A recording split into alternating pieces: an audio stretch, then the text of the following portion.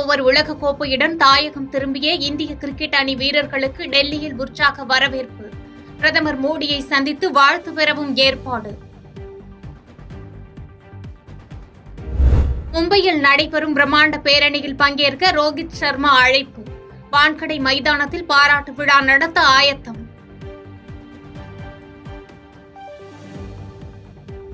ஆந்திராவில் கடல் அரிப்பால் பாதிக்கப்பட்ட கடலோர பகுதிகளை பார்வையிட்டார் துணை முதலமைச்சர் பவன் கல்யாண்.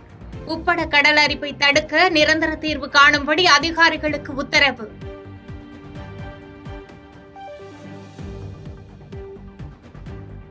பிரதமர் மோடியுடன் ஆந்திர முதலமைச்சர் சந்திரபாபு நாயுடு இன்று சந்திப்பு. நிதி உதவி உள்ளிட்ட கோரிக்கைகள் தொடர்பாக மனு அளிக்க திட்டம். சென்னை எழும்பூரிலிருந்து நாகர்கோவில் வரை வந்தே பாரத் சிறப்பு ரயில் இயக்கப்படும் என்று தெற்கு ரயில்வே அறிவிப்பு. 11ஆம் தேதி முதல் 14ஆம் தேதி வரை மற்றும் 18ஆம் தேதியிலிருந்து 21ஆம் தேதி வரை காலை 5 மணிக்கு சென்னையிலிருந்து புறப்படும் என்றும் தகவல். பலத்த காற்று மழையால் சென்னை விமான நிலையத்தில் 11 விமானங்கள் தாமதம். 2 விமானங்கள் தரையிறங்க முடியாமல் பெங்களூருக்கு திருப்பி அனுப்பப்பட்டன. தமிழகத்தில் 6 மாவட்டங்களில் லேசான மழைக்கு வாய்ப்பு. சென்னை, செங்கல்பட்டு, திருவள்ளூர், காஞ்சிபுரம் உள்ளிட்ட மாவட்டங்களில் மழைக்கு வாய்ப்புள்ளதாக சென்னை வானிலை மையம் தகவல். திட்டமிட்டபடி நாளை மறியல் போராட்டம் நடைபெறும் என்று பாம்பன் மீனவர்கள் அறிவிப்பு. அதிகாரிகளுடன் நடத்திய பேச்சுவார்த்தையில் உடன்பாடு எட்டப்படாததால் போராட்டம்.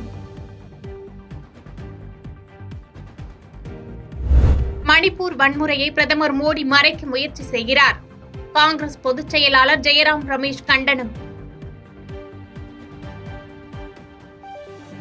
நீலகிரி மாவட்டத்தில் இ-பாஸ் நடைமுறை விரைவில் தளர்வு. ஐஐடி குழு ஆய்வுக்கு பின் அறிவிப்புகள் வெளியாகும் என்று அமைச்சர் ராமச்சந்திரன் தகவல்.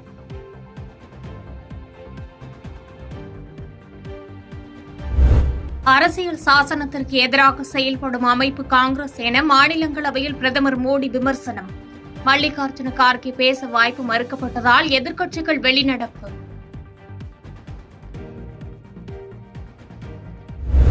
அரசியல் சாசனத்தை எதிர்த்ததை பாஜக மற்றும் RSS தான். வெளிநடப்பு செய்த பிறகு காங்கிரஸ் தலைவர் மல்லிகார்ஜுன கார்கே பேட்டி. சென்னையில் பல்வேறு பகுதிகளில் பலத்த காற்றுடன் வெளுத்து வாங்கிய கனமழை. சாலைகளில் தண்ணீர் தேங்கியதால் போக்குவரத்து நெரிசல்.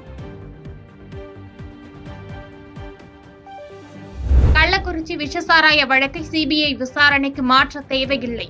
உயர்நீதிமன்றத்தில் தமிழக அரசு விளக்கம்.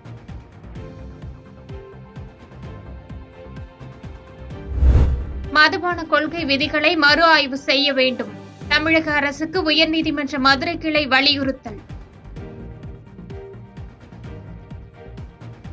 வருமானத்திற்கு அதிகமாக சொத்து சேர்த்ததாக அமைச்சர் அனிதா ராதாகிருஷ்ணன் மீது தொடரப்பட்ட வழக்கு. வழக்கில் தங்களையும் இணைக்க கோரி அமலாக்கத்துறை தாக்கல் செய்த மனுவை தள்ளுபடி செய்தது நீதிமன்றம். கோவை, நெல்லையை சேர்ந்த மேயர்கள் அடுத்தடுத்து பதவி விலகல். முதலமைச்சர் அறிவுறுத்தலின்படி ராஜினாமா செய்ததாக தகவல். மீண்டும் சர்ச்சையாகும் அக்னிவீர் திட்டம். ராகுல் காந்தி குற்றச்சாட்டுக்கு இந்திய ராணுவம் மறுப்பு.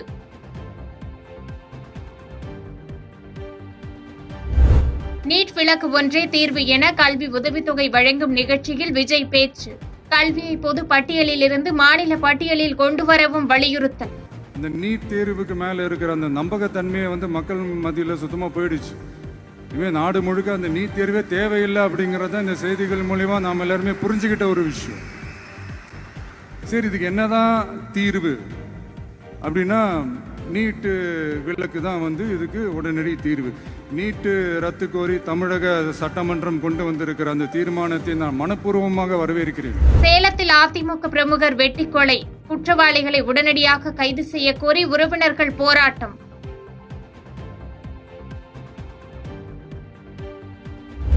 நூற்று 21 உயிர்களை பறித்த ஹத்ராஸ் கூட்ட நெரிசல் சம்பவம். சமூக விரோதிகளின் சதி என ஆன்மீக சொற்பொழிவாளரான போலே பாபா குற்றச்சாட்டு. பாஜக மூத்த தலைவர் அத்வானி மீண்டும் மருத்துவமனையில் அனுமதி, உடல்நிலை சீராக இருப்பதாக மருத்துவர்கள் விளக்கம். ஜார்க்கண்ட் முதலமைச்சர் பதவியை ராஜினாமா செய்தார் சம்பாய் சோரன். ஆட்சி அமைக்க ஆளுநரிடம் உரிமை கோரினார் ஹமந்த் சோரன். அசாமில் கனமழைக்கு உயிரிழந்தோர் எண்ணிக்கை 46ஆக அதிகரிப்பு. காசிரங்கா பூங்காவில் வெள்ள நீர் புகுந்ததால் வனவிலங்குகள் பாதிப்பு. T20 கிரிக்கெட் ஆல்ரவுண்டர் தரவரிசை பட்டியல் வெளியீடு.